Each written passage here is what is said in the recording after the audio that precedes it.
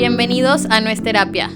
Soy Ana Karen Ortega, psicóloga y su host en este programa, un espacio diseñado para quitarnos las máscaras y tocar con nuestra vulnerabilidad, con la finalidad de generar encuentros reales que enriquezcan. Comenzamos. Hola psicoamigos, bienvenidos a este nuevo episodio. El día de hoy tenemos a Rebeca, que Rebeca fue Premio Nacional a la Juventud y además es una doctora que tiene muchísimos conocimientos que hoy nos va a compartir.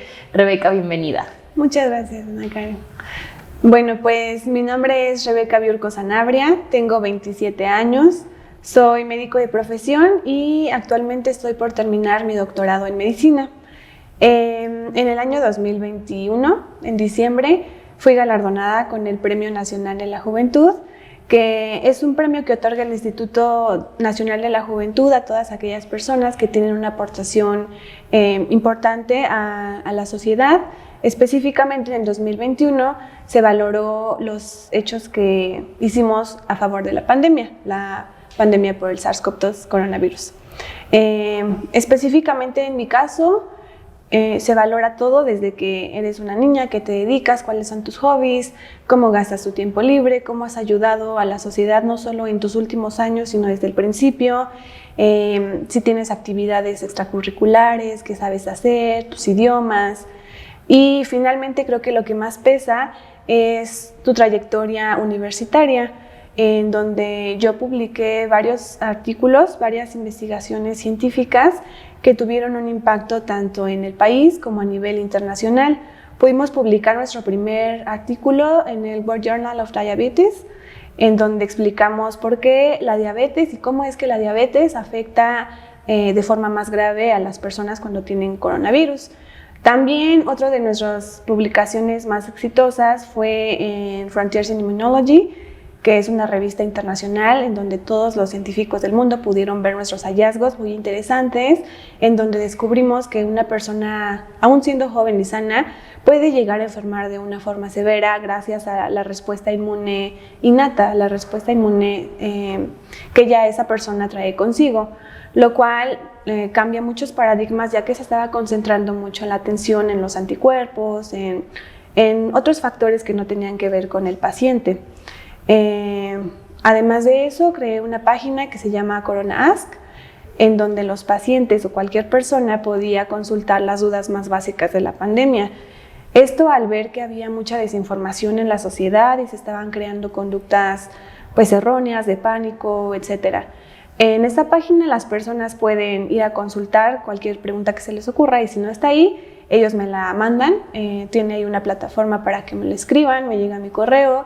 Yo ciertos días a la semana me doy a la tarea de investigarlo y con información basada en evidencia científica las contesto todas. Adicionalmente pude hacer una colaboración con una universidad de Alemania para continuar investigando sobre la inmunología de la COVID-19 y publiqué otros artículos en revistas mexicanas, capítulos del libro, además atendiendo a las personas que me pedían mis servicios, obviamente de manera gratuita en la pandemia, ya que los hospitales estaban muy llenos. Todo esto se evaluó, al final de cuentas, como menciono, es una trayectoria de muchos años y al final, afortunadamente, fui galardonada con este premio. ¡Wow! ¡Qué increíble! Oye, a ver, platícanos un poquito más sobre estos sistema inmune que encontraron. ¿Qué encontraron? ¿Cómo es que si una persona sana, joven y fuerte puede enfermarse tan severo si le da el coronavirus? Sí, esta era una situación que estaba pasando interesantemente mucho en México, no así en otros países. Los pacientes aquí podían fallecer aunque fueran jóvenes y sanos. Claro que se encontraron factores de riesgo que ya se saben, como la hipertensión, la diabetes, obesidad, ser hombre, tener una edad mayor, que te pronosticaban negativamente. Pero también había gente normal. Entonces nosotros lo que hicimos fue estudiar a estos pacientes estando sanos. Se hizo una corte de pacientes, se les tomó una muestra de sangre, se midieron sus células inmunes y las citocinas. Las citocinas son unos importantes mensajeros del sistema inmune, sin los cuales prácticamente la respuesta inmune sería imposible. Son los que se encargan de orquestar la respuesta, de mediarla, de hacer que sea más intensa, menos intensa. Estas citocinas se encuentran en diferentes cantidades de acuerdo a el momento del paciente. Nosotros los medimos al inicio, después seguimos a estos pacientes por muchos meses hasta que alguno de ellos se enfermaba o quizás no se enfermaba.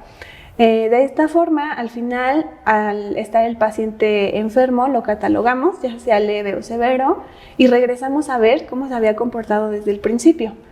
De esta forma nos dimos cuenta algo muy interesante. Los pacientes que enfermaban de forma severa, desde antes, desde que estuvieran sanos, no tenían coronavirus, sus células no presentaban una respuesta tan intensa como los pacientes que desarrollaron una forma leve. Esto a grandes rasgos. Obviamente se midieron muchas moléculas, muchas variables, pero como que en resumen esto puede englobar todo. Entonces esto nos podía explicar por qué una persona sin comorbilidades puede llegar a enfermar de una forma severa, ya que no está preparado igual que una persona que enferma de forma leve. Ok, pero esto tiene que ver con las moléculas. Claro, sí, con las citocinas que ellos producen de forma innata. Okay. Que seguramente obedece a patrones genéticos, multifactoriales, epigenéticos, ambientales. No se puede explicar en una sola teoría por qué estas personas tienen una cantidad más baja de citocinas. Pero pues es un buen parteaguas para empezar a estudiar la inmunología desde otra perspectiva y la enfermedad por coronavirus. Ya que este estudio no solo puede funcionar para coronavirus, sino si en un futuro enfrentamos otras pandemias, podemos usar el estudio que yo hice, obviamente específico para la pandemia que se llegue a enfrentar, y volver a encontrar esos patrones para priorizar recursos, etcétera.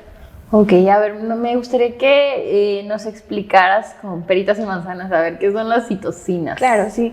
Bueno, en el cuerpo de una persona, en la sangre viajan glóbulos blancos y glóbulos rojos. Ajá. Los glóbulos blancos nos dan oxigenación, los glóbulos rojos nos dan oxigenación. Los glóbulos blancos son nuestras células de defensa, nuestro sistema inmune. El sistema inmune es como un árbol, está compuesto por muchas ramas. Unas de ellas son los glóbulos blancos. Existen muchas otras componentes, pero yo me enfoqué en los glóbulos blancos. Estos glóbulos blancos secretan moléculas, que son moléculas importantes para que entre ellos se entiendan. Son como el lenguaje que ellos usan. Entonces, si una persona está enferma, el glóbulo blanco va a empezar a secretar estas citocinas para que las células a su alrededor, los tejidos, los órganos, todo forme una respuesta inmune y se puede eliminar al patógeno.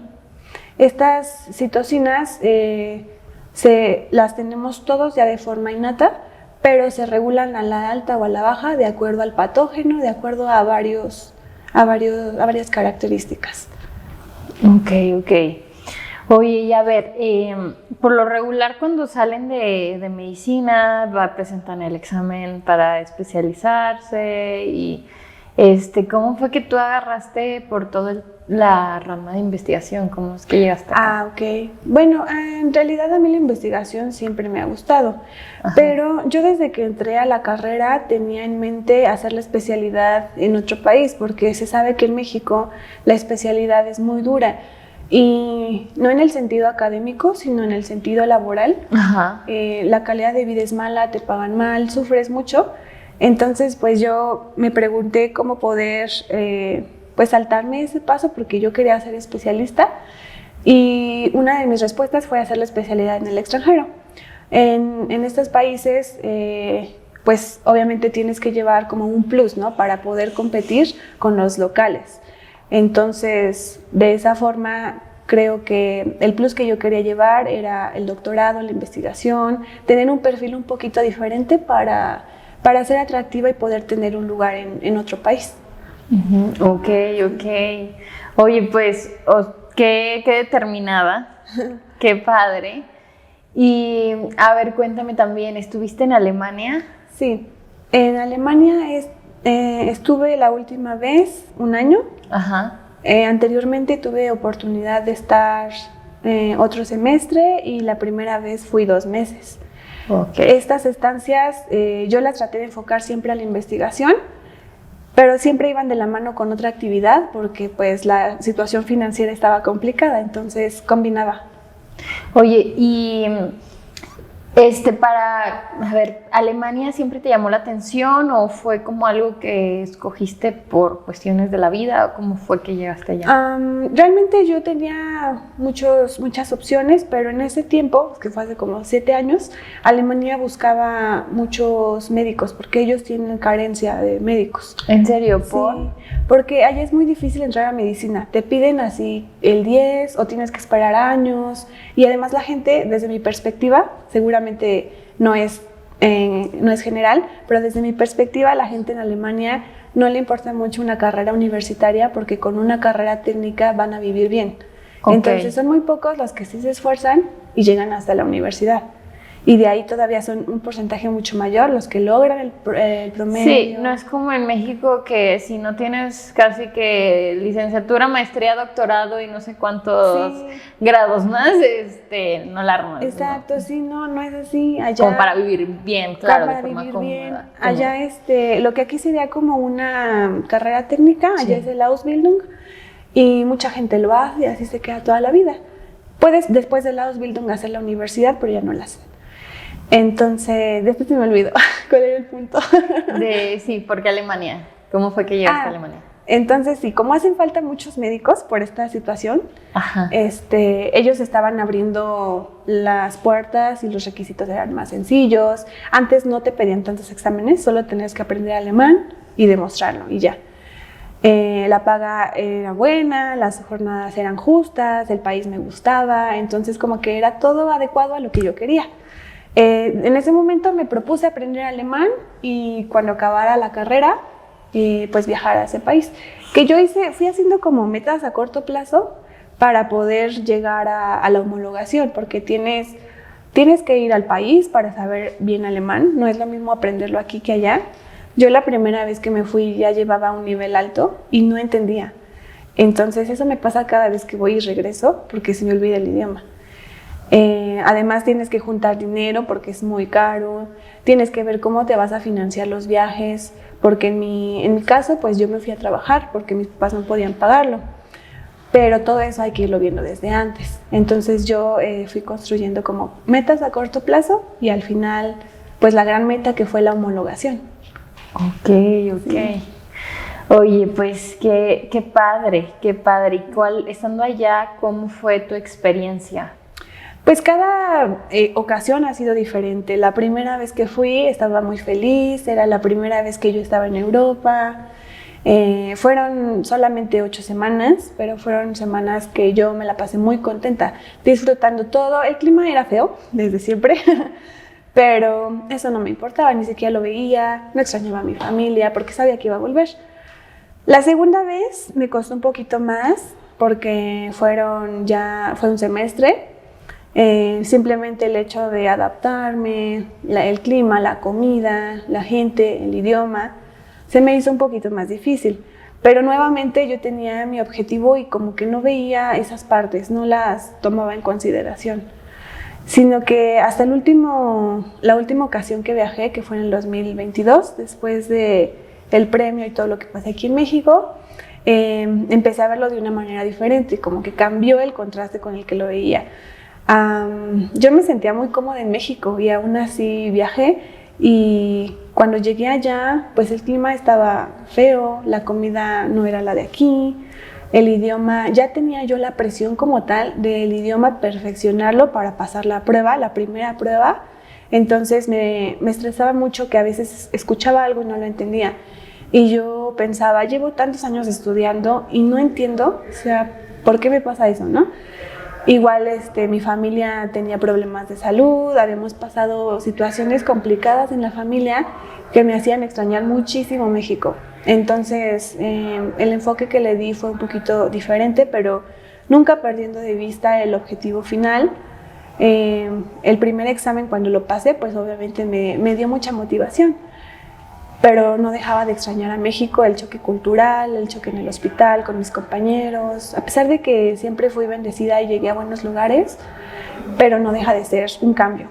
¿Cuáles fueron esos choques culturales, además de la comida y el clima, más que nada en la convivencia con tus compañeros, también médicos? Con los médicos lo que más me impactó fue como tal en la atención al paciente. Yo en México había visto muchas carencias, no hay insumos, el personal médico está muy exhausto, y en Alemania es muy diferente. Sí trabajan mucho, y en el departamento donde yo estaba trabajaban muchísimo y se quejaban, lo cual a mí me parecía absurdo porque ni trabajaban tanto. O sea, a comparación de lo que trabajaban los médicos mexicanos, ajá, era como algo promedio. Era algo promedio, algo normal. Y ellos se quejaban. Se quejaban. Al siguiente día decían, ay, tuve una guardia bien pesada, ni dormí, de 24 horas. Y yo les decía, pero ya te vas a tu casa, ¿no? Y decía, sí. Y yo, ay, pues qué padre, eso no pasa en México. En México hiciste tu guardia, no dormiste y te tienes que quedar. Y ni siquiera te pagan las horas extras. Y ni siquiera tienes las mismas prestaciones que aquí. Entonces, todo eso, darme cuenta de mis derechos como médico, también fue complicado, ¿no? Porque te hace cambiar tu panorama. Desde el hecho que yo vivía con roomies alemanas.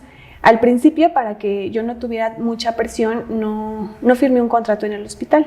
Y ellas mismas me decían, ¿por qué estás trabajando sin que te paguen? No lo hagas. Tú eres médico y estudiaste muchos años, entonces tú vales mucho. Y son cosas que en México es como, sí, ni siquiera piensas. Así que muchas gracias por darme la oportunidad. Sí, claro. Mi trabajo gratis. Sí. Y yo me levantaba súper temprano y hacía todo como ellos y así, ¿no? Para quedar bien. Porque al final de cuentas un mexicano siempre un mexicano creo que está acostumbrado. Es que también el mexicano tiene que ganar, o sea, a ver, tenemos hambre, sí, mucha hambre, o sea, de verdad, creo que, bueno, al final, tanto tú como yo venimos de una familia donde pudimos llegar a estudiar, ¿no? O sea, tuvimos ese acceso, la oportunidad, ¿no?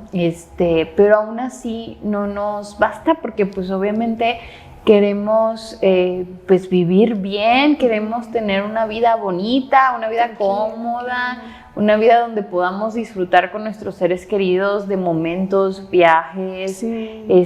Pues si quieres formar familia, darle a tu familia oportunidades, ¿no? de crecimiento, de enriquecimiento personal. Claro. Y que dices, claro, o sea, tú tan solo empezaste a notar esto. Aquí en México el sistema de salud, que ahorita tú me vas a dar tu opinión, pero es muy matado, se sabe, es demasiado el estrés que viven los doctores, y allá pues tú tenías más derechos, ¿no? Y aún así tú veías cómo es que ellos se quejaban, sí. Pero para ti era como, yo vengo aquí a ganarme mi lugar. Sí, claro. Sí, y muchas veces mis compañeros ni siquiera sabían que yo no estaba contratada, y obviamente me exigían lo mismo que a ellos. Y yo no decía nada, yo simplemente hacía lo que me decían, y como tú dices, para ganarme mi lugar, porque yo sé que si ven a una extranjera o a un alemán, seguramente van a preferir al alemán porque no va a tener la barrera del idioma. Entonces yo trataba de compensar eso, mi barrera, o bueno, ya en un futuro ya no lo vi como una barrera, sino más bien como un medio. Pero al principio sí me sentía intimidada por mis compañeros, porque pues ellos manejaban su idioma. Pues no tal. Sí, claro, ellos llevan toda la vida hablando ese idioma y yo no. Entonces era mi forma de compensarlo. Igual en Alemania, aunque tuvieras guardia, tú hablabas y decías, no me siento bien y no voy a ir. Y la primera vez que yo vi eso, o sea, me sorprendí tanto que le pregunté al doctor que no fue. Y nos llevamos bien. Le pregunté, ¿por qué no viniste? Y como que se molestó, porque aquí en México es como de, oye, ¿por qué no fuiste a trabajar? Y te tocaba guardia y dejaste la guardia sola. Allá es como de, yo estaba enfermo y yo sé por qué no vine, no me tienen que cuestionar, simplemente que alguien más me cubra y ya. Y ni siquiera tengo que llevar una receta, es suficiente con que tú digas que estás enfermo. Y él mismo me decía, después platicando, porque en México no es posible, o sea, simplemente estás enfermo, no vas y ya. Y yo le decía, no es tan fácil, o sea, si te corren en ese hospital, no vas a encontrar otro hospital en donde te acepten y te tienes que esperar un año y tienes que hacer otro examen. Y ellos se sorprendían tanto de las condiciones que tenemos aquí, porque nuestros médicos son increíbles, saben mucho. Por lo mismo que el trabajo es extenuante, aprenden mucho, pero a costa de muchas veces la salud, tanto física como mental. Sí. Pues a ver, ver, ¿me puedes dar una opinión muchísimo más amplia tú de cómo está el sistema de salud aquí en México? ¿Cuál es tu opinión? Pues yo creo que aquí el sistema de salud está muy fragmentado porque todo está enfocado, todo está sobrellevado por los médicos residentes. Los médicos residentes son todos los médicos que ya se graduaron de la carrera, pero que quieren hacer una especialidad. Para tú poder hacer una especialidad, tienes que inscribirte a un hospital, firmas un contrato tanto laboral como académico, porque sigues haciendo exámenes, sigues rindiendo cuentas a una universidad, pero al mismo tiempo eres un trabajador con horarios, con responsabilidades, con regaños, castigos, que te hacen dar ese estatus de trabajador. Entonces el médico residente es el que se queda todo el tiempo en el hospital, ve a los pacientes, los opera, los atiende, y el médico adscrito es aquel que ya es especialista, pero ellos casi no están en el hospital. En ellos cae la responsabilidad, pero es como una cadena, porque ellos ya pasaron por lo feo de la residencia. Entonces como médico adscrito lo que menos quieres es hacer papeleo, es ir a preguntar si ya está la tomografía, etc. Eso se lo delegan al residente. Entonces, eso es algo que a mí, pues, me duele, porque el médico residente es un eslabón muy importante. El paciente ni siquiera lo valora. Es normal porque te ven joven y piensan que no sabes nada. Y claro, a todos nos pasa, ¿no? Pero no saben todo el peso que el residente carga.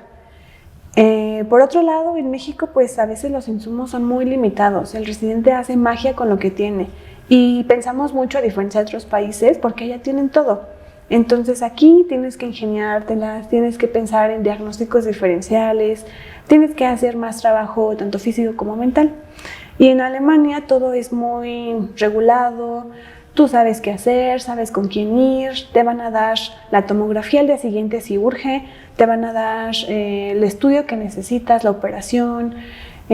Claro que también es un sistema con sus deficiencias. En donde yo estaba, muchas veces cancelábamos cirugías, los pacientes se enojaban, nos hacíamos esperar mucho, pero creo que son cosas que en todos los países pasan.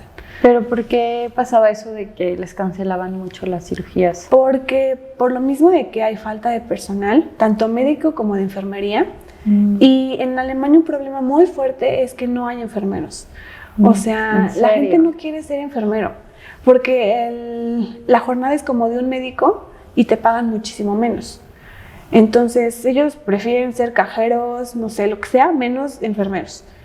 Y por culpa de que no hay tantos enfermeros, cierran muchos hospitales. Se concentra mucha la población en hospitales grandes y yo estaba en un hospital universitario, ahí nos llegaba gran porcentaje de la población. Y a veces no te dabas abasto. Si llegaba una urgencia, metías la urgencia, y la cirugía electiva obviamente la cancelabas. Había pacientes que hasta 2 veces, 3 veces, y hasta te daba pena, ¿no?, ir a decirle, porque obviamente se molestaban. Claro. Sí, pero por lo mismo que no hay tanto personal ni médico ni de enfermería. Wow. Sí. Qué shock, ¿no? Sí. Otra cosa que a mí me impactó mucho fue como tal una emergencia en los diferentes países. Aquí, si te ocurre un accidente, gran parte de tu supervivencia está basada en tu suerte. En dónde estás, en si hay una ambulancia, en si tienes un seguro de gastos médicos, en qué doctor te toque y a qué hospital llegues. Allá, en gran parte de la zona geográfica, siempre va a haber un médico que te atienda. En las urgencias es un poquito diferente. Allá haces la llamada y llega el médico de donde tú estás. O sea, si estás en la calle, ahí llega el médico. Pasan por él al hospital y te lo llevan a donde tú estás. El médico te valora y todo, te empieza a dar los primeros auxilios, te lleva a la ambulancia, y en el hospital ya todos están esperando con todo listo para que salven tu vida. Si es una lesión grave, la tasa de éxito es muy alta, porque todo está hecho de acuerdo al algoritmo internacional y de acuerdo a todo lo que se tiene que hacer paso por paso, cosa que no pasa aquí. La primera vez que yo entré a una reanimación, me sorprendí mucho y me di cuenta de las deficiencias que tenemos aquí, de cuántas vidas perdemos por cosas que no tienen nada que ver con la medicina. Viéndolo tú como que ya has estado aquí y que experimentas lo que es ser un médico en México, todo el tema también que se vive allá en Alemania, ¿recomendarías a médicos mexicanos ir a prestar sus servicios a Alemania o buscar la forma de hacer su residencia en Alemania? Yo creo que, bueno, todos te van a decir que es una decisión muy personal, pero desde mi experiencia yo creo que es bueno ir al extranjero, conocer otras cosas, valorar lo que uno tiene. Una de las cosas que a mí me pasó es que yo veía todo gris en México, me quejaba de todo. Ay, es que las guardias, bla, bla, bla. Y cuando llegas allá te das cuenta de que sí tienes muchas ventajas como mexicano. Por ejemplo, una de las deficiencias de ellos es que está todo tan regulado que para que a ti de residente te dejen hacer algo, pasa mucho tiempo. Si la carga de trabajo ya es muy grande, sí te van a poner a hacer cosas, pero si no, o sea, no es como aquí. Eres un estudiante todavía. Eres un estudiante, ajá. El residente de primer año en México ya opera, en segundo año también, o sea, todos los años operas. Allá depende mucho de la carga de trabajo que tengas. Entonces, en México se aprende más, eso sí es un hecho, en México se aprende más, pero se sufre más. Y ese sufrimiento también se va a ampliar no solo al sufrimiento académico, sino a tu vida. Vas a dejar de ver a tu familia, tu humor cambia, te haces amargado, o sea, hasta empiezas a tratar mal a los pacientes. Y creo que todo eso se podría prevenir o evitar si bajaran un poquito la carga de trabajo. Incluso los médicos no saldrían tanto al extranjero porque muchos de los que salen ya no vuelven. Y ese es el problema que yo veo, que si tú te estás formando en México y México te está dando todas las herramientas, te vayas y ya no regreses. Yo así lo veo. No sé qué vaya a pasar en el futuro, pero siempre mi idea ha sido regresar. Por mi familia y por todo, pero también sí les recomendaría salir, pero regresar. No, a lo mejor no regresar de por vida, pero al menos que eso ya sea como decisión de cada quien, pero sí que regresen. Un poquito a retribuir. Hay un programa ahorita que sacó el CONACYT, en donde un médico extranjero puede regresar, le apoyan con una cantidad y no tienes que regresar para siempre, tiene que ser creo que 1 o 2 años. Entonces yo sí recomendaría que vayan porque aprenden mucho como personas, como médicos, creces mucho, te independizas, lo que sea, pero también creería importante volver, aunque no sea definitivamente. ¿Qué consideras tú que se necesita en nuestro sistema de salud para justo lograr bajar un poco la carga de trabajo a los residentes? Yo creo que es muy complejo cambiarlo ahorita porque tendríamos que empezar por hacer más hospitales grandes, pagarles más adscritos, etcétera.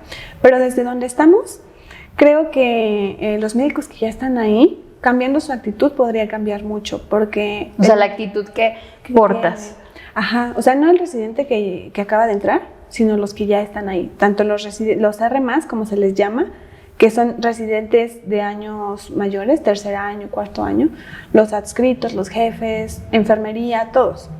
Porque normalmente todos saben que la residencia es un infierno, que es horrible, y se da por sentado. Ya cuando terminas la residencia ya no quieres saber nada de trabajo extenuante, de jornadas laborales malas. Entonces ya ni siquiera van, por ejemplo, a veces los adscritos. Yo creo que si se repartiera más el trabajo, que el adscrito hiciera su papel, enfermería su papel, la residencia no fuera tan extenuante, todo podría sobrellevarse mejor. Y es algo que ya sabemos entre los residentes, pues no ponerle el pie al residente de años anteriores, pero es muy complejo llevarlo a la práctica. Yo tengo muchos compañeros de la universidad que ahorita son residentes y fueron R1, o sea, jóvenes residentes que los maltrataban y todo, y como que tú creces con esa idea de que es lo que está bien, que así vas a aprender, que te lo mereces. Y algo muy importante que debería cambiar es que los residentes de mayor grado no se aprovechen de los de menor grado, no son de su propiedad. Si él no aprende, pues no va a ser tu problema. Pero tú tienes un trabajo y tú también tienes que cumplirlo con él. A veces los residentes de mayor grado ya no se involucran tanto en los pacientes, dejan que el R- haga todo y la cadena se va perpetuando por siempre. Entonces, obviamente si pudiéramos Como hacer... romper con esa cadena de abuso emocional. Ajá, de abuso en todos los sentidos. Ok. Sí. Híjole, y también mencionas que empieza a afectar mucho pues la salud emocional del residente, que en este caso es quien hace todo y que afecta también en el trato y el servicio con el paciente. Sí, claro, que eso es lo peor, lo que yo más grave veo. ¿Esto también pasaba en Alemania? Casi no, porque si tú estás cansado, después de tu guardia llega alguien más y te releva. Cuando teníamos, por ejemplo, mucha consulta, sí llegaba un momento en el que todos estaban hartos y ya no daban la misma calidad al paciente, o lo que querían era atenderlo y ya que acabar con todos los pacientes, ¿no? Pero normalmente no, porque las jornadas son justas, entonces el médico está descansado, lo hace con motivación porque recibe una paga justa por ello. En cambio aquí en México recibes casi solo una beca.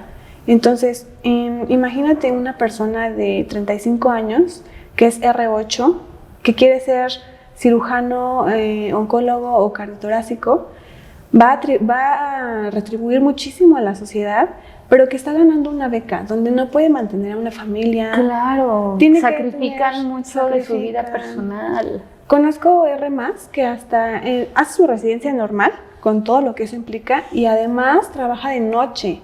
Entonces, ¿en qué momento duerme? ¿En qué momento vive? Terminan colapsando, y es normal, o sea, es más bien, es esperado de acuerdo a las condiciones que se les dan. Ok. ¿Cuánto les pagaban a los residentes allá en Alemania? ¿O cómo se maneja el tema de los sueldos allá? Sí, allá no es un tabú cuánto ganas ni nada. Tú te metes a internet y ahí sale la tablita. Okay. El residente de primer grado se divide de acuerdo a los años de experiencia. De primer grado ganan 4.900 euros. Te quitan muchos impuestos, o sea, y más si no tienes hijos, si no estás casada, si eres católico, o sea, te quitan pues todo. Si eres católico, sí, literal. Sí, que para la iglesia, que para si tienes perros, si tienes radio, aunque no tengas radio, tienes que pagar el impuesto. Entonces, al final de cuentas, te quedan como 3.000 euros. 3.000 euros. ¿Y las guardias? Sí, se te va muchísimo, 1,000 cacho. Sí, se te va como el 40%. Ok, wow, 40% sí, de impuestos. De impuestos, sí. Ok. Y las guardias son aparte. Si tú te quedas horas extras, que son las guardias, esas te las van a pagar además de lo que ya es tu salario normal. Ok. Y el residente cada año vas aumentando su paga, que es como 200 euros más al año. O sea, mes con mes, 200 pesos más. Pero ese aumento se hace cada año. Entonces, ok. Sí. En total, ¿como cuánto vienen saliendo ya restándole los impuestos, pero sumándole las guardias? Depende mucho de cuántas guardias hagas, porque a veces como extranjero no te sueltan tantas guardias, y menos en el primer año. Yo creo que en el primer año terminas ganando como unos 3.000, entre 2.800, 3.000. 3.000 euros el mes. El mes. Ya en el segundo año ya te sueltan guardias, suben como 300, 500 euros, 3.500, y de ahí cada mes, cada año son como 200 euros. Que 3.000 euros son como 60,000 pesos mexicanos, sí, aproximadamente. Sí. ¿No? En promedio. Pero esto para allá, o sea, 60,000 pesos mexicanos es un muy buen sueldo aquí en México, pero para allá, ¿qué tanto está bien el sueldo equilibrado? O sea, si son 3,000. Sí, es muy bueno el sueldo. Sí, te alcanza y te sobra. O sea, los médicos si eres estudiante y tú solo, sí te alcanza. Sí, por ejemplo, te sobra. Yo cuando estuve en el 2022 allá, me gastaba como 700 euros al mes. Porque aparte yo ahorro, o sea, no es que viviera en una posilga, pero tampoco vivir en una mansión. Sí. Entonces, pues todo no era tan caro. De hecho, la Ciudad de México es muchísimo más cara que Alemania. Cara. La Ciudad de México, zonas céntricas, sí, porque yo vivía en una ciudad pequeña. Ok. Entonces, ¿cómo se llamaba la ciudad? Saarbrücken. Okay. Que era como la capital de Saarland, uno de los estados. Era capital porque no me gustan los lugares pequeños. Entonces me fui a la capital, pero aún así no era caro. Y el súper, pues ahí se va con lo de México, no es tanta la diferencia. El transporte, ahorita acaban de implementar un boleto de 50 euros para toda Alemania. Al final de cuentas te alcanza muy bien. La gente allá es normal que se van de vacaciones cuantas veces quieran y ahorran además. Entonces sí es muy grande la diferencia. Ok, uf. Otra cosa que en Alemania tienen a diferencia de aquí es que las vacaciones desde el primer año son 30 días hábiles, entonces es mes y medio. Y aquí el residente tiene 15 días al semestre. 15 días. Y allá un mes. Y aquí un mes y medio al año. Un mes y medio. Ok, no, pues qué rico y qué padre. A ver, y bueno, ¿qué fue lo más difícil para ti como mexicana, además de estos choques de clima, de comida? ¿Qué fue lo más difícil para ti estar allá? Personalmente lo más difícil fue tener que tomar la decisión de estar en mi país, donde estoy feliz, donde conozco todo y me siento bien, o ir a buscar a otro lugar donde nadie me conoce y me voy yo sola con una maleta a tocar puertas. Esa fue una decisión que tuve que enfrentar y que personalmente fue muy difícil. Y a final de cuentas, después de mi homologación, regresé a México por cuestiones de salud de mi familia. Todavía no estoy segura si voy a volver, porque sí es muy complicado. Aprendí a valorar no solo el éxito que toda la gente ve como básico, ¿no? O sea, tener un buen trabajo, tener una buena vida y que ganes mucho. O sea, eso para mí antes era el éxito, ¿no?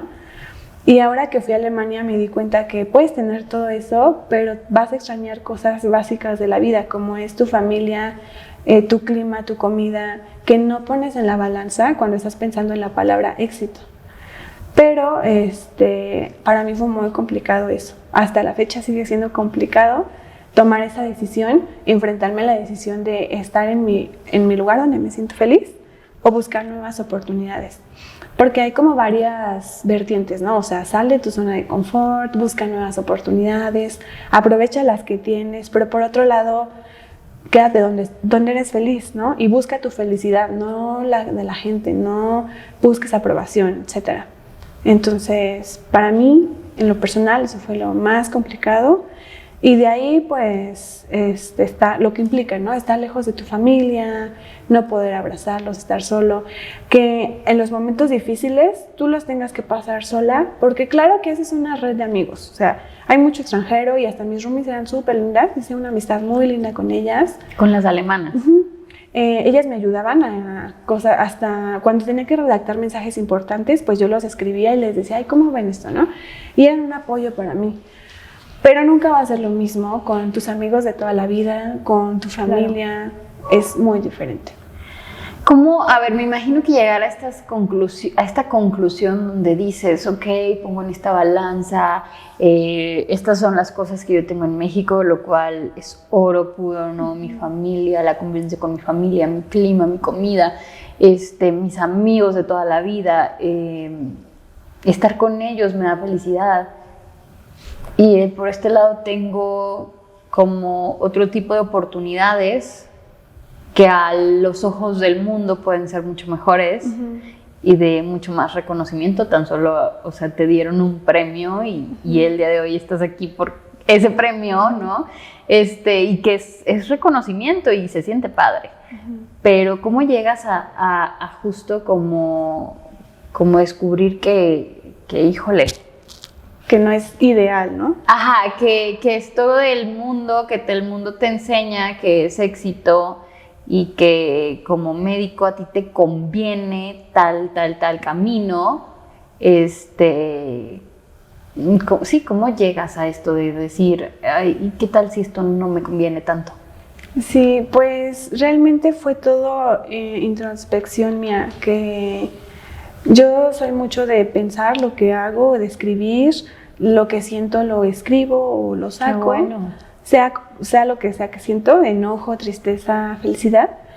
Entonces, pues, yo identificaba ciertos patrones en mí que no eran normales. Por ejemplo, el no sentirme tan feliz de levantarme e irme a trabajar a Alemania que sentir lo mismo que estando aquí en México. Entonces fue cuando yo empecé a reflexionar y todo, que al final de cuentas todavía no tomo la decisión y sí me llama mucho la atención Alemania porque al final del día es mi sueño y trabajé mucho por él, me costó mucho, o sea, me costó demasiado llegar a la homologación y ellos valoran mucho tu trabajo. Incluso yo me vine pensando en regresar, en que esto solo era momentáneo. Y mi jefe me dijo, sí, ve, arregla tus cosas, regresas, todo bien. Y cuando yo no regresaba, ellos me preguntaban, ¿a qué hora regresas? No sé qué. Y cuando les dije que ya no pensaba regresar, porque yo no quería el estrés, ellos me dijeron, no, ¿cómo crees? Y a pesar de que aceptaron, después de eso me siguieron escribiendo, o sea, como que a fuerza quieren que extranjeros vayan y tomen las riendas de que lo que los alemanes no hacen. Entonces yo me sentí muy valorada porque incluso cuando yo tenía que hacer mis pruebas, yo le ponía mis prioridades al doctor y le decía, es que yo quiero estudiar, jueves y viernes no quiero venir, etcétera, o sea, muchas cosas. Y el doctor súper comprensivo me decía, sí, está bien, vamos por pasos, primero es tu aprobación y a mí también me conviene que tú estés homologada aquí. Entonces te voy a dar las facilidades. Y a mí eso me sorprendió tanto porque aquí en México tú no puedes pedir nada, o sea, y menos como residente, o sea, alégrate de que tienes un lugar y agradece y trabaja, pero no pidas nada porque no te lo van a dar. Me hizo sentirme, pues sí, cambiar la perspectiva que yo tenía de mí misma y de todas las personas. Ok, y entonces estas técnicas de introspección como la escritura, que todo lo ibas, pues lo desahogabas ahí, ¿cómo la aprendiste? ¿Desde cuándo la adquiriste? Pues creo que lo adquirí desde que empecé a entrar, bueno, desde la universidad, que cuando sentía algo lo escribía. A veces antes de la universidad me lo guardaba todo, ¿no? O lo contaba con mis amigos. Para mí también era una terapia ver a mis amigos y amigas y contarles todo lo de mi vida y desahogarme, ¿no? Pero después cuando ya los amigos tienen cosas que hacer o no es posible que te vean, cosas así, pues yo buscaba otras formas de desahogarme. Realmente fue algo que se me ocurrió, que sentí y lo hacía. Yo tengo un cuadernito, o a veces si no tengo cuaderno, en mi celular escribo lo que siento y luego lo imprimo. También me sirve mucho después leerlo, como que sentir que todo lo malo pasa y que todo lo bueno también pasa. Ese ejercicio me funciona mucho en el momento para sentirme bien y a largo plazo para saber que todo es pues momentáneo. Ok. ¿Y cómo le hiciste para sobrellevar esos momentos donde estabas allá sola y te enfermabas, pasabas por una situación difícil? O sea, ¿te acuerdas de la primera vez que te enfermaste y estabas sola? O el primer evento que dices, me dolió y yo estaba sola y me hubiera encantado que estuvieran conmigo. Sí me acuerdo. Estaba, fueron varias etapas, pero una de las más difíciles fue un día en el que yo estaba en el hospital. Eran de mis primeros días y, como te digo, no había mucho personal, entonces a mí me ponían a hacer todo. Me metían a cirugías, me ponían en consulta, en piso, todo. Ese día entré a cirugía con un doctor que no era nada paciente y en el quirófano se escucha mucho el eco. Aparte la gente con cubrebocas, yo sí nueva en el idioma médico porque no es lo mismo el alemán de la calle que el alemán técnico. Eran mis primeros acercamientos con la medicina en alemán y ese doctor todo quería rápido. Y yo no entendía todo. O sea, él me decía, pásame tal pieza, pásame pon aquí esto, pon aquí lo otro, córtale. Y yo era muy lenta. Entonces yo noté que el doctor como que se molestó, o sea, no me dijo nada. Y yo misma le dije, tengo que mejorar, doctor. Y me dijo, sí, no te preocupes, es un proceso, yo así también empecé y todo, ¿no? Pero como para que él se diera cuenta que yo estaba consciente de mi deficiencia. Y ese mismo día, saliendo de quirófano, había que atender pacientes en la consulta, que a veces hablan tan raro, o sea, porque es como aquí en México, los abuelitos hablan raro. Y aunque no es abuelito, de acuerdo a donde naciste, tienes otros y hasta otras palabras que yo no siempre entendía. O el simple hecho de presentarle un paciente a tu superior, allá todo lo que haces como residente tiene que ser aprobado por tu superior. Ese día me sentí súper frustrada, como incompetente, tonta, y me pregunté, ¿para qué estudiar tantos años si voy a vivir esto? Y dije, no quiero esto, al menos en México, o sea, sí voy a sufrir lo que sea, pero es mi idioma. Y ese fue un día muy complicado para mí, y donde yo estaba sola, o sea, regresar del hospital súper cansada, física, emocionalmente, ni había comido, y en mi casa no había nadie. Entonces, esos son los momentos en los que tú añoras tu familia y todos, ¿no? Que a final de cuentas son momentos que pasan. Le llamé a mis papás, a mis primos, a mi novio, mis roomies también. Luego me daban... ¿Tenías novio? ¿Y tu novio estaba aquí? Sí, mi novio vive en México. Sí. Ok, ¿todavía es tu novio? Sí, todavía. Okay. Ha sido complicado también esa situación porque son vínculos que te unen con México, o sea, y a pesar de que los puedes sobrellevar, pues sí es complicado. Y cuando, por ejemplo, él supo que tú te querías ir para allá, ¿cómo fue? ¿Cuáles fueron los acuerdos? Si se puede saber, porque pues es para muchos bien difícil, ¿no? Este tema de las relaciones a distancias y que también, a ver, híjole, es que si uno quiere tener una pareja, es imposible que todo el tiempo vayan a la par. O sea, es imposible. No puedes esperar porque son mundos distintos y quieren cosas distintas y tienen anhelos. Y como, ¿por qué entonces simplemente, o sea, tendría yo que encontrar una pareja que tuviera el mismo anhelo que yo y plan de vida y fuéramos al mismo punto para que coincidamos? Porque si no, está canijo, o sea... Sí, es muy complicado. Afortunadamente yo a mi novio lo conozco desde la prepa. ¡Ay, qué padre, qué bonito! Sí. O sea, ¿cuántos años tenías? ¿Hace 10 años? Hace 10 años, sí. Yo tenía 16, 17, algo así. En tercero de prepa lo conocí. Entonces yo desde ahí empecé a hacer mi plan y yo se lo contaba todo a él. Él siempre supo que mi sueño era estar en Alemania, y a lo largo de mi carrera me ganaba becas y me iba, por ejemplo, una vez me fui a Canadá, que fue mi primera vez en el extranjero. Esa fue como la más complicada porque fue la primera vez en la que no íbamos a estar juntos, en la que teníamos que confiar en uno en el otro sin vernos y confiar en lo que te está diciendo, ¿no? Ajá. Pero como que él es una persona muy comprensiva y sabe que tanto él como yo tenemos prioridades que son importantes. Yo creo que a él no le gustaría que yo dejara algo de hacer solo por él. Y a mí tampoco me gustaría ni que él lo hiciera por mí, ni que me pidiera hacerlo, ¿no? Entonces, la actitud que él tomó me ayudó mucho porque ya estaba como que acostumbrado a que yo quería hacer eso. En nuestra relación, pues fueron 4 las veces que yo me fui. La primera vez 1 mes, 2 meses, 6 meses, 1 año. Entonces, pues basados en la confianza, en que él sabía mis prioridades. Él desde el primer momento las conoció. Nunca fue como alguien que me dijera por qué o que me cuestionara o que cuestionara la relación. Solo por eso, no. Además de que yo siempre fui clara con él y él estuvo de acuerdo en todo momento. Ok, sí. Ok, pero al final de cuentas entran estos miedos, ¿no? De ¿y se va a quedar por allá o no? Ajá. ¿Nunca le dio ese miedo a tu novio? Yo creo que sí, pero él sabía que si algo pasaría entre nosotros dos, él pues se iba a enterar. O sea, yo no soy una persona que me esconda las cosas. Si yo no me siento bien con él o si creo que es muy difícil, se lo iba a decir, y él también. Este último año, que el periodo fue más largo, fue muy complicado para la relación, pero a final de cuentas funcionó de acuerdo a los acuerdos que hicimos, los nuevos, ir evolucionando también, porque ya no era como nada más un noviazgo de la prepa, o sea, ya es otra cosa diferente después de tantos años, de estar lejos y de ver qué queremos, ¿no? De ver si esto realmente es compatible con nuestros propósitos a largo plazo. A final de cuentas, no estamos como casados con una idea.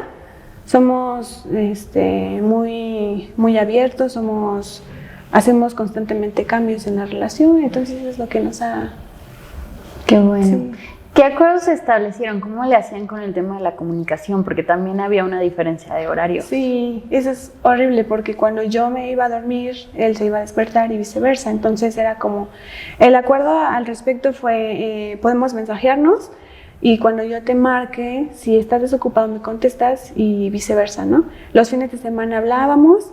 Me llegó a ir a ver en una ocasión, se quedó unas semanas conmigo y siempre pensando en que pues no era para siempre porque igual y él se podía ir o igual y yo podía regresar. Él sabe que mientras mi familia esté en México yo voy a estar viniendo siempre. Y o sea, con que él tiene esa parte segura. Ajá, o sea, él sabe que yo no me voy a quedar allá y me voy a olvidar de México. Y también sabe que en cualquier momento él se puede ir conmigo. Pero la decisión la tiene que tomar él. O sea, yo no quiero presionarlo o ofrecerle algo porque cada quien es una persona diferente. Y juntos estamos bien, pero si yo le digo, ay, es que vete porque me siento sola, siento que es una presión que él, no es justo que yo le dé a él. Claro. ¿Cómo llegaste a este nivel de conciencia y madurez en la relación? Confía mucho en mí y yo confío mucho en él. Y a lo largo de los años construimos una relación en donde no tenemos desconfianza, o sea, todo lo platicamos. Él también sabe mucho sobre mis planes a futuro. Él me apoya siempre. Todo lo que yo he hecho ha sido con el apoyo de él. Incluso lo del premio, él mismo me motivó, toda mi familia, pero yo les decía, es que, ¿cómo me voy a ganar ese premio? Si yo ni siquiera he hecho tantas cosas, o sea, y él me decía, sí, tú entra y inscríbete, lo que sea, ¿no? Y por ejemplo, para la página de Corona Ask, la idea se la conté a él es ingeniero y programa. Y me dijo, me suena genial, vamos a hacerla juntos. Ah, él la hizo contigo, sí. Ok. Él la programó y entre los dos, o sea, yo le mandaba todo, ¿no? La información, las imágenes, el nombre, toda la información de la página, pues es médica y no la puede hacer él. Pero la parte tecnológica yo no la puedo hacer porque yo no sé programar una aplicación web. Entonces siempre ha sido mucho trabajo en equipo. Él es una persona que es muy empática, entonces no he tenido problema. Creo que si fuera otro tipo de persona más controladora o más egoísta, ya hubiéramos terminado, no hubiera funcionado.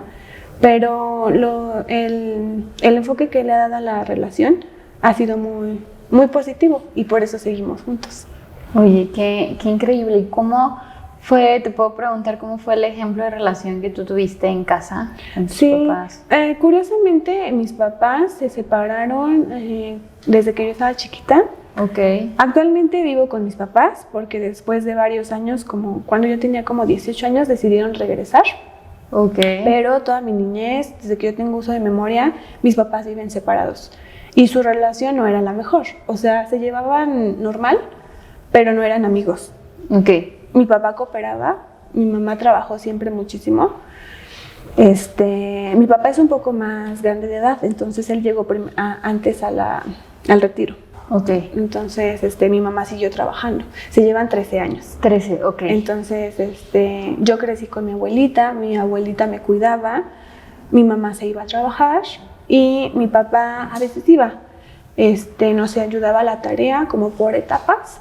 Él también tenía sus trabajos a veces. Y cuando todo se acomodaba, él nos ayudaba con las tareas. En primaria nos ayudó mucho, ya después en secundaria ya no era tan imprescindible que estuviera alguien ahí. Yo lo hacía sola. Y la relación de mis papás no fue una relación de pareja, no fue como que yo tuviera el mejor ejemplo o querer seguir, más bien, querer seguir lo que mis papás hicieron no era como mi deseo, porque ellos estaban separados al final de cuentas. Ok. Entonces realmente este estilo de relación tú lo has ido construyendo. Sí, y también no ha sido así como que desde el inicio los más maduros, y menos porque estábamos bien chiquitos. Y obviamente te peleabas por todo y ya se enojó y ya me enojé, pero a final de cuentas nos queremos mucho y crecimos juntos. O sea, yo a él lo conocí en la prepa y él me conoció ni teníamos dinero ni para el pasaje. Y ahorita él ya trabaja, él me fue a ver, fuimos de vacaciones a París, o sea, es completamente diferente. Claro. Y ver todo el crecimiento que hemos tenido ha sido también muy satisfactorio, tanto para nosotros como personas, como en la relación, de acompañarnos en todo momento sin importar qué esté pasando. Oye, luego dicen que los médicos solamente pueden andar con médicos porque son los únicos que los entienden. ¿Tú qué dices de eso? No, yo creo que es una mala idea. Es una mala idea. Sí, porque el médico, gracias a todo lo que sufre, genera una personalidad un poquito patológica, egocéntrica, egoísta. Entonces, personalmente no como que me encanta el perfil de un médico. Y porque trabajan mucho también. Mi hermana es médico. Su novio, hace poquito tenía un novio que era médico. Y ahí es donde yo me di cuenta que el médico es un poquito patológico. Sí, como que ellos saben que el trabajo es primero, o así lo quieren ver, y la relación pasa a un segundo plano, pues pero... es que de cierta forma sí lo viven, o sea, Sí, es como, es lo que toca, tienen que ¿no? hacer, O sea, sí. Es la única opción. Ajá. Sí, yo creo que no se cumple eso, que no... O sea, claro que si tú te congenias con alguien y se entienden, no importa la profesión, pero en términos generales, no diría que los médicos son los mejores, no. No. No. Ok, y de cierta forma te gusta como este balance, ¿no? De salir de tu área y llegar con una persona que... Sí, y tener temas de conversación diferentes, y también a veces nos apoyamos en desde lo que sabemos. Él a veces quería hacer proyectos que tuvieran que ver con medicina, y yo le decía, es que esto no se puede, es que esto sí, vamos a hacerlo, y al revés, ¿no? Yo le contaba mis ideas más locas y él decía, sí, es súper fácil, no es complicado, vamos a hacerlo. El balance que tenemos al estar en mundos tan distintos es muy bueno. Ok, Sí. qué increíble. Oye, y a ver, ¿qué le recomendarías a todos, o sea, los médicos, como para tener una vida más equilibrada en cuestión de salud mental, salud física? A los médicos residentes, pues es complicado, y sobre todo porque no he pasado yo como tal por esa etapa. Yo me alejé del sistema de salud de México antes de entrar a la residencia.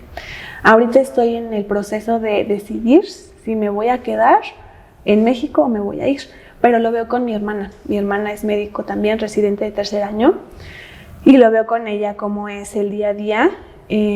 No tienen mucha tela de dónde cortar, no tienen muchas decisiones que sean autónomas, porque todo se los va dictando el sistema. Lamentablemente nosotros estamos completamente supeditados al sistema. Si hoy te tienes que quedar y tienes un compromiso familiar, a veces es complicado poder balancear eso.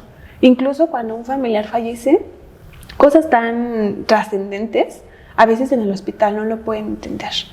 Entonces, yo lo que haría si hiciera mi residencia en México sería el poquito tiempo libre que tengo, aprovecharlo para mí como persona, para llenarme. O sea, porque el hospital te desgasta, ¿no? El hospital te saquea como persona. El poquito tiempo libre yo haría cosas que me gustan, estar con mi familia, ver a mis amigos. Lo peor que puedes hacer es alejarte, porque... Y sí pasa, ¿no? Sí, pasa mucho, mucho, mucho. Y a veces no es tu decisión, pero pues así son las circunstancias. Ok.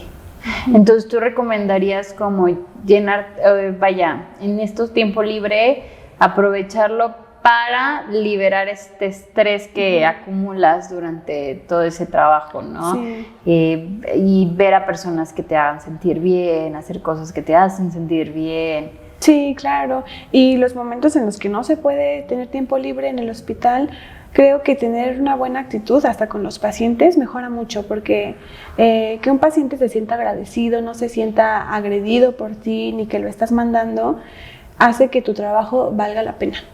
Y la sonrisa de un paciente y la satisfacción de que estás haciendo algo en favor, a veces ni siquiera depende tanto de tus conocimientos, sino de cómo tratas al paciente. Si el paciente se siente apapachado, este ya es un éxito para él. A veces lo único que quieren no es al mejor médico que sepa todo, sino al que tenga una buena relación con su paciente. Sí, con el que se sientan cómodos. Claro, a mí me pasó una anécdota con un familiar. buscábamos al mejor nefrólogo de México, ¿no? Así, queremos que le den la mejor terapia, lo más nuevo, aunque esté caro, lo que sea. Y encontramos a un doctor muy bueno que nos dio un medicamento muy bueno, pero no tenía nada de tacto, no tenía buena relación médico-paciente y terminamos suspendiéndolo y regresamos con otro doctor que, si bien no estaba tan actualizado, pero a mi abuelita, que era la persona que iba a atender, le encantó. Y al final de cuentas... ¿Sentía bien? Sí. Al final del día encontramos a un tercer doctor que fue como lo ideal, que es con el que está ahorita. Pero a lo que voy con esto es que puedes saberlo todo, pero si tu paciente no está feliz y no se siente atendido, va a ser realmente un fracaso como médico. El éxito de un médico creo que es que el paciente se sienta atendido y escuchado. Claro, porque además, híjole, aunque no le estés dando ningún medicamento en ese momento, el simple trato ya es un alivio placebo. Claro, sí. Ya con que el paciente sienta que lo escuchaste, que pensaste en su enfermedad, que no lo tratas como una hoja con valores de laboratorio, ya con eso muchas veces el paciente se siente tranquilo. Me gusta y claro, cuando nos sentimos enfermos o cuando estamos pasando por un diagnóstico complicado, sentir que nos dan seguridad, tranquilidad, confianza es clave. Lo es todo, sí. Sí, y bueno, tú también ahorita estás pasando por situaciones de diagnósticos con tu familia, ¿no? Que lo mencionaste que fue la razón por la cual ahorita estás aquí y todavía no has tomado una decisión. ¿Cómo se siente estar del otro lado? Pues me ha tocado muchas veces porque en mi familia hemos tenido episodios como de hospitalizaciones largas, en donde tienes que ser el familiar y no el médico, ¿no? Y claro, es complicado porque tú quieres saberlo todo. O sea, la última ocasión, por ejemplo, un tío que tenía coronavirus y yo estaba en el tema, entonces yo quería saber qué nivel de hemoglobina, su presión de oxígeno en sangre, o sea, casi que cuando ellos daban informes al familiar era como una entrega de guardia. Y ellos ya sabían que yo les iba a preguntar todo eso. Y muy amablemente me contestaban, porque eran residentes.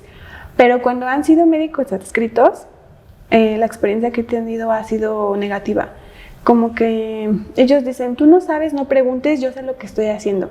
Pero no siempre es lo mejor. O sea, a veces hasta el médico adscrito se le olvidan cosas que el residente tiene muy claras. Por eso yo creo que no hay que hacer menos a ninguna persona. Muchas veces lo que queremos es un médico experimentado, pero no siempre es lo mejor, porque son médicos que ya no se actualizan, que ya están cansados, que ya es una rutina lo de siempre. En cambio, el médico residente... Y que tienen vicios, ¿no? Ya exacto, en su forma de operar. Y tienen muchos sesgos hasta en los pacientes que ven algo y dicen, aunque ni siquiera es eso. Ni siquiera, ajá. En cambio, el médico residente conoce sus deficiencias y aprende mucho. Y justo como que está más al pendiente porque conoce las deficiencias que tiene. Claro, sí, a mí me gusta mucho la atención que dan los médicos residentes en la medida de lo posible, ¿no? Porque también ahora, por ejemplo, con mi papá, me he encontrado con médicos muy amables y médicos que nos han dado esperanza cero, de acuerdo a la enfermedad de mi papá. Y todo eso como paciente tiene un gran impacto hasta en tu vida, en tu día a día. O sea, lo que un médico te diga va a determinar tu estado de ánimo, tus próximas decisiones, y el médico no lo ve. Entonces, ha sido complicado también estar del lado del familiar, y sobre todo porque quieres hacer muchas sugerencias que tienes que aprender a manejarlas para que no se enoje el doctor, para que no sienta que quiere saber más, etcétera. Ok, me encanta. Sí. A ver, también hay otra pregunta que te quiero hacer, porque creo que esta trayectoria de ser médico es muy larga. Como tú mencionabas, en México, pues también la cuestión de la sobrecarga de trabajo, la mala paga, hace que pues no sé si se van decepcionando en el camino o qué va pasando. Y esta parte también que mencionabas del ego entre los que siguen en ese camino, o sea, como siento que la parte del ego es muy pesada, porque, sí. A ver, yo como psicóloga me ha tocado pacientes médicos y donde les duele mucho no pasar el examen de la especialidad, se deprimen o que en verdad creo que hay una lucha constante de ego. Entonces, sí. Ahí ¿tú qué ves? ¿Tú qué me dices y qué recomendarías? Yo creo que como el médico, sí, en primer lugar sí es verdad que se decepciona a lo largo del camino. O sea, yo misma miro a mis amigos de toda la vida que ya tienen un trabajo, hasta una vida, una pareja, un hogar aparte, y me cuestiono a mí misma si quiero seguir otros 6 años estudiando, seguir siendo estudiante para que salgas, y no es como que sales, eres especialista y ya no, todo tienes resuelto. Ni siquiera es eso, o sea, tienes que empezar desde cero como cualquier otro profesional a construir todo lo que quieres. Entonces, los tantos años que gastamos en nuestra vida y nuestros años donde más energía tenemos dedicados a la medicina, sí es un peso que cargas toda la vida. Incluso la gente que me llega a preguntar, ¿me recomiendas estudiar medicina? Yo no siempre es un sí, muy pocas veces es un sí, porque sacrificas mucho de tu vida, sacrificas tanto tu salud, tanto física como mental, que a veces digo, o sea, solamente si de verdad es tu sueño, hazlo, pero si lo haces por tener reconocimiento, ego, dinero, no lo hagas, porque vas a terminar en una situación muy negativa. Y como dices tú, el filtro más grande de un médico es entrar a la especialidad. Y entrar a la especialidad es lo más feo que vive al mismo tiempo el médico en formación. Entonces es como contradictorio, ¿no? Que sufras tanto para llegar a un lugar en donde te van a maltratar. Y es algo que me preguntaban mucho allá en Alemania. Mis propias roomies, ellas una trabajaba de mesera, y yo le decía, ¿cuánto ganas? Y así, ¿no? Y yo decía, ay, tú como mesera ganas más y trabajas muchísimo menos que mi hermana es médico residente en México, ¿no? Y ganaba creo que lo doble de mesera ella. Y me dice, ¿y por qué lo hacen? O sea, ¿por qué aceptan esas condiciones? ¿O por qué un mexicano desea hacerlo? Y no lo entienden, o sea, muchas veces es como que lo que la sociedad te marca y nunca te lo cuestionas. Pero creo que es muy importante que tú te cuestiones si de verdad es lo que quieres hacer. Y sobre el ego, pues recordar que tú puedes ser el paciente. A mí eso creo que es lo que más me ha servido. Como mantener los pies en la tierra. Uh-huh. Y recordar cómo se ha sentido mi familia y los golpes y los dolores que hemos atravesado por errores médicos. O sea, tengo mucho miedo yo de alguna vez ser la causa de que una familia sufra tanto, ¿no? Por un error mío, por ejemplo. Entonces eso como que me ha mantenido un poco humilde con mis pacientes. Pues sí, olvidarme de que porque estudiaste mucho mereces otro trato. O sea, no. Uh-huh. Muchísimas gracias, Rebeca, en verdad, por esta entrevista y por tu tiempo y todos estos conocimientos y experiencias. No, muchas gracias a ti por invitarme y considerarme. Sí, amigos, muchas gracias por su atención. Y bueno, si tienen alguna duda para Rebeca, la pueden dejar en los comentarios y yo se la voy a hacer saber a Rebeca. No sé si quieras compartir tus redes sociales. Sí, siempre lo digo cuando quieran escribirme o tengan alguna duda de lo que sea. No tienen que ser médica, del proceso de Alemania o lo que sea. Mi correo es biurcos.rep, Biurcos como mi apellido, a lo mejor se puede escribir, porque Biurcos suena como que, ¿no? Tú me lo pasas y yo lo pongo aquí en la descripción. biurcos.rep@hotmail.com, y yo siempre contesto todos los mensajes que me llegan ahí. Ok, por correo electrónico. Por correo o en el Facebook también se me pueden buscar con mi nombre, Rebeca Biurcos, y en Instagram, como sea. Perfecto.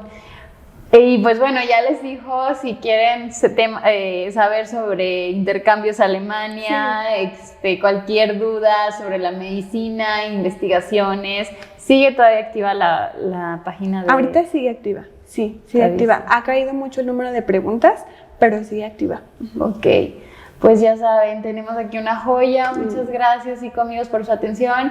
Síganme en mis redes sociales, Ana Karen, Instagram, Facebook, YouTube, y este programa que se llama No es Terapia, que también se encuentra en YouTube y en Spotify. Gracias.